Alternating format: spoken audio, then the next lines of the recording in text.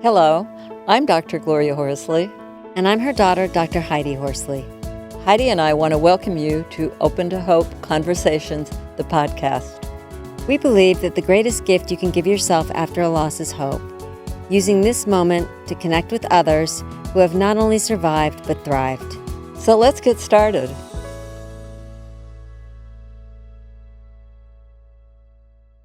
Welcome to the Open to Hope show. I'm your host, Dr. Gloria Horsley, with my daughter and co-host, Dr. Heidi Horsley.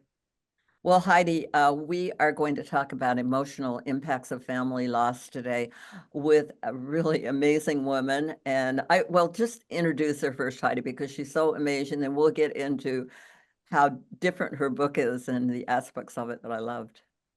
Okay, well, Mother, like you said, we're going to talk about the emotional impacts of family loss, which is great, with Dr. Rebecca Thompson. And Rebecca is a rock star. She graduated from Stanford Medical School. No easy feat, as you know. She is the author of the book Held Together, a shared memoir of motherhood, medicine, and imperfect love. I love that. Dr. Thompson intertwines her personal story of life-threatening pregnancy complications with stories of 21 patients, friends, and medical colleagues. In her book, there are numerous stories about holding space for the grief of losing a spouse, parent, child, or pregnancy, and finding ways to move forward. Welcome to the show, Rebecca. Oh, thank you so much to both of you for reaching out to connect about this work. I can't wait to talk to you more. We're excited to have you on. Now, one of the things I loved about your book, it was really unique in that you brought in doctors talking about their loss. Tell us how you got into it in the first place. Yes, that was a big part of my goal, was to show some of that behind the scenes, that we're all affected by these issues, and it doesn't protect you to be a medical professional. So just going back, how I started out wanting to write this in general and share my own story. Back when I was first starting out as a new physician, finishing up residency training and starting my first job out of residency, my husband and I had 3 complicated pregnancy losses, including, as you'd mentioned, Heidi, 2 of them that were life-threatening to me. But in spite of all of my medical knowledge and background, I just felt really lost.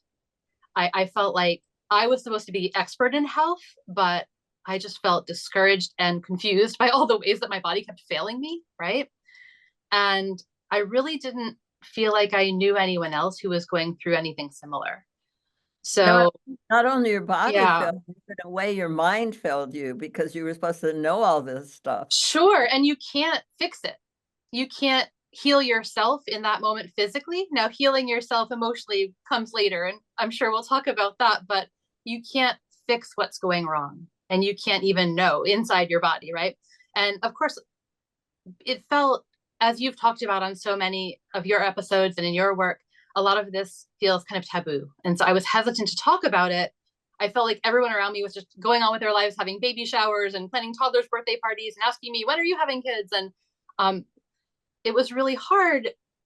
So for a long time, I felt like I couldn't talk about it, or no one wanted to hear about it really, other than, my very close family, my husband. We really supported each other. But beyond that, it just didn't feel like something society wanted to hear about.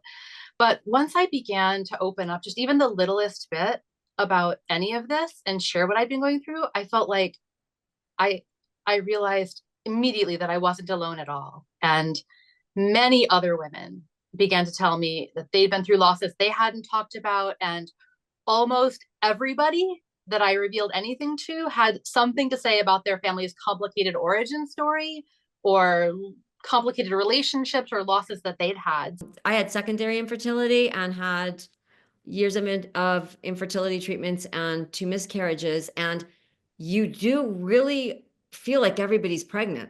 Yeah, because they Because are. They you're are everywhere. because you're in that life stage and you're Yeah. wait, my sisters were pregnant. We all Yeah. got pregnant together. They Yeah. had children. I had miscarriages. So it was interesting. And like you said, once I started telling, I didn't tell people either because Yeah. people couldn't visibly see it. And once I did share, I found out that more people had been in that situation than I knew. Absolutely. Absolutely. And I love that you're building awareness for this. and so that was really, that response that I was getting from people was really what made me want to use everything I learned to help others, right? And I was already a physician, but I wasn't in a position where I was taking care of a lot of women and families. I was doing more environmental public health research and preventive care, and just on a different track at that point. But I wanted to give back for this amazing, truly life-saving care that I'd received several times over, and also help others avoid being misdiagnosed or dismissed, as I sometimes had. So I went back to complete a second residency in family medicine at that point, and that's when I focused on women's and children's health. So through that and beyond, I feel like I've had the privilege of caring for and working with so many incredible people. I've heard so many stories. And these individual connections are really meaningful. They're that foundation for community and that foundation for healing. But I also had this sense that they could lead to something much more far reaching and much more inclusive. And so that's why I wanted to preserve these kinds of conversations and allow others to benefit from them too. And that's why. Now, okay, I know Heidi's story because she ended up adopting. She has one biological child and adopted. What did you do? What happened with you? Oh, well, spoilers now for the book, but if you read even just at the end, the author about the author, we have 2 children. We had 5 pregnancies. The first 3 were losses. The second 2 led to live births, and I have 2 teenagers now.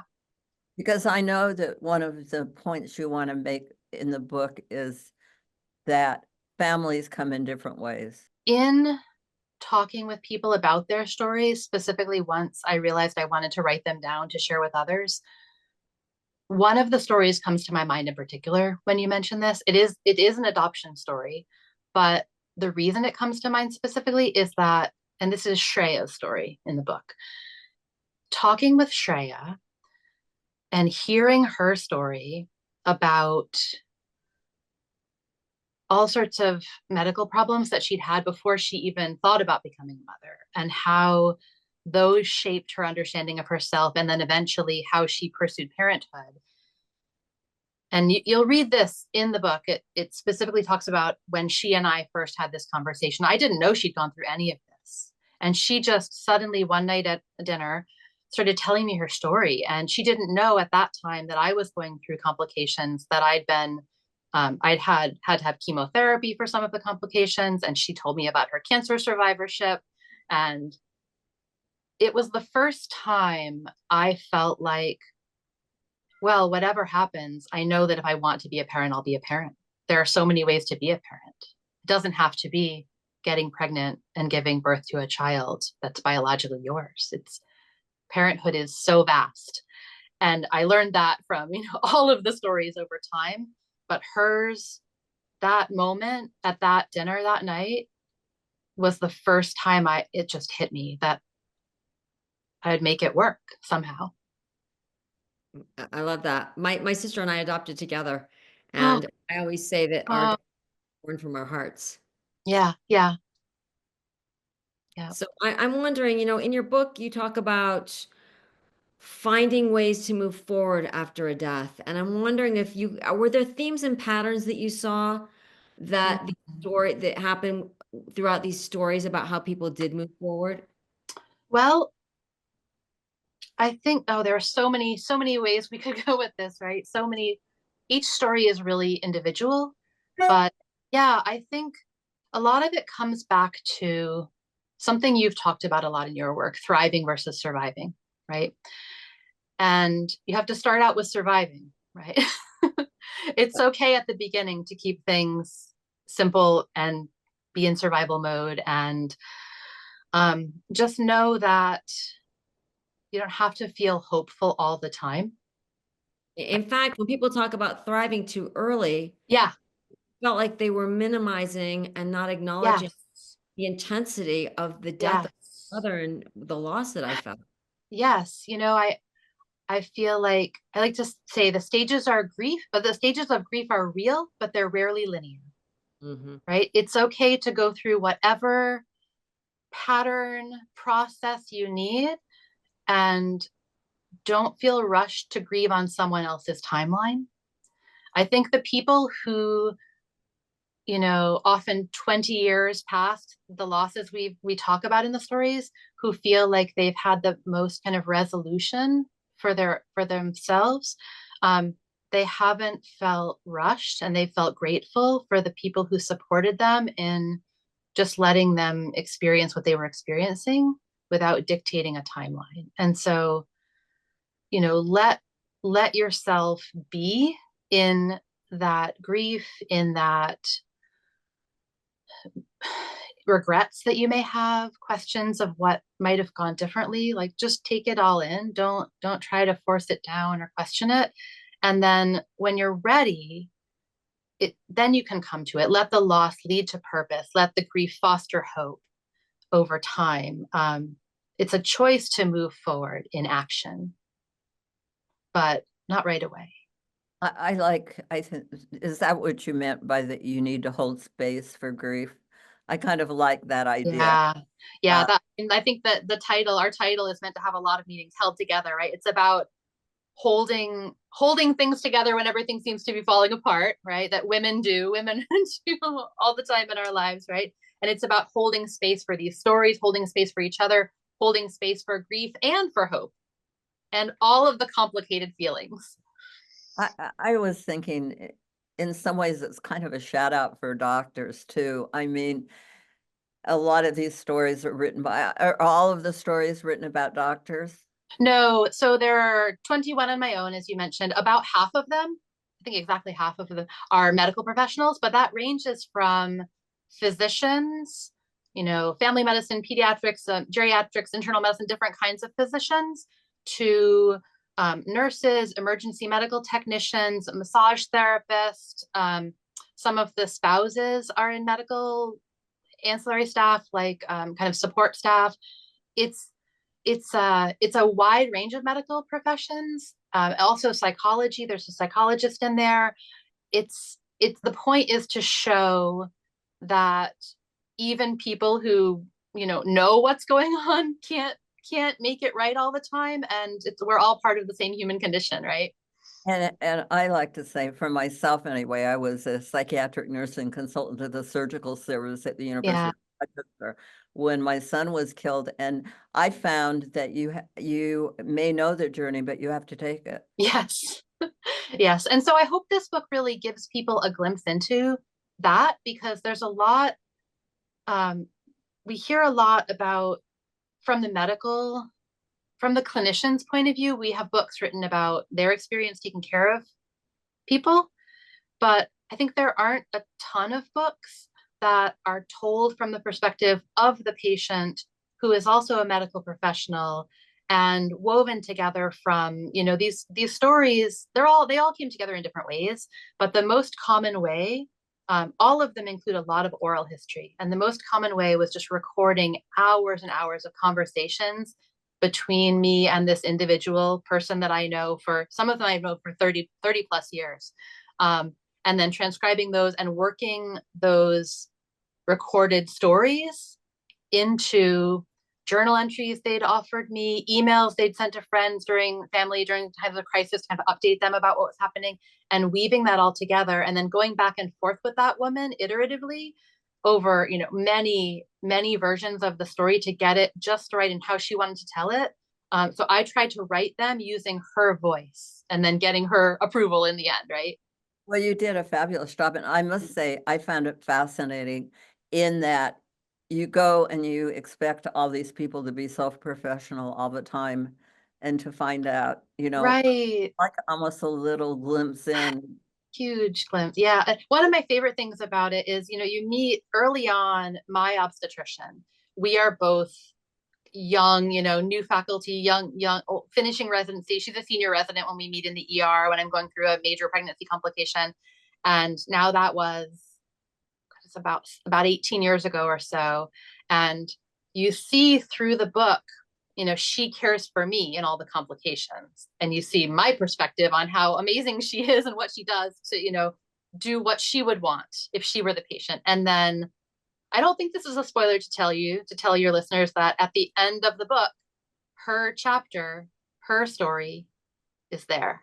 And you Yeah. learn about her family origin story and all the challenges she's been through. And it just to realize that she was a person through all of this, and she was going through her own struggles. Yeah, yeah, it's kind of amazing. It just tells you that we're all one, we all have these, Yeah. these struggles and be open to it. Yeah. Well, if you could give a piece of advice to somebody who's in a struggle right now after a loss, what would it be? I think the reason that we wrote this book is the answer to that. And it's also something you talk about all the time. If you don't have hope, lean on ours until you find it, right? And so this book is the resource that we all wish we had had. And so I think the advice I would give, and that's what this whole book tries to say, is it's a reminder that you can walk through incredibly difficult paths. Others have done that before, and you will come out stronger, not unscarred, but stronger. Mhm. And it's okay for it to feel like you won't. Just keep moving through the process. Think about the stories of others, and when you're ready, share your own, and you'll find more support than you realized all around you. I love that. Well, where can people get your book? And do you have a website? And do you consult? And I mean, what? You can get the book at all the places there are books. Yep. It's going to be available. It is available as a hardcover and Kindle and audiobook. It'll be out in paperback next year. My website is just my full name, including my middle initial, title of the book, and the author of the book, RebeccaNThompson.com. And that's where I try to put materials about the book and events and such. And this podcast link will be up there. I think, what I just want people to take away too is that these stories, we talk about loss and grief and these hard topics that a lot of people sometimes are hesitant to talk about, right? But even though the stories in this book are challenging, please don't be intimidated. It's a really hopeful book. It's not simplistic, it's not sugar-coated, but it is about our strengths as individuals, as families, and as communities. And you will definitely feel a range of emotions while you read it. You'll probably laugh. You'll almost certainly cry at some point, but you will come away feeling resolve to find meaning in your own experiences. And that is why we share our stories. I love that. Thank you so much. And thank you for sharing your stories. I really enjoyed it. Oh. Very, very interesting. Oh, thank you for your work. I mean, I feel like this is the best part of medicine and the biggest privilege that we have. And thank you to both of you and your family for all the healing work that you do. And yeah, thank you so much. Thank you so much, for Rebecca, and thank you for helping people find hope after loss. And my mom kept saying this book is really interesting. It's a great read. It could read a little bit like fiction. I don't want people to be like, oh, is this a hard read? Yeah, It's yeah. not. It's an interesting read, and you want to find out about these people and what happens and how they find hope. And like you said, so please go out and get the book, Held Thank Together. you. Thank you so much, Rebecca. Thank you. And thank you all for joining us on this show today. And Heidi and I always want to remind you that if you've lost hope, please lean on ours until you find your own, and God bless. I'm Dr. Heidi Horsley. You have been listening to Open to Hope, the podcast. You can follow Open to Hope on Facebook, Instagram, and Twitter. To learn more, visit us at opentohope.com and go to Apple Podcasts to subscribe. I'm Dr. Gloria Horsley. Join us again next week for another Open to Hope conversation, where we invite you to lean on our hope until you find your own.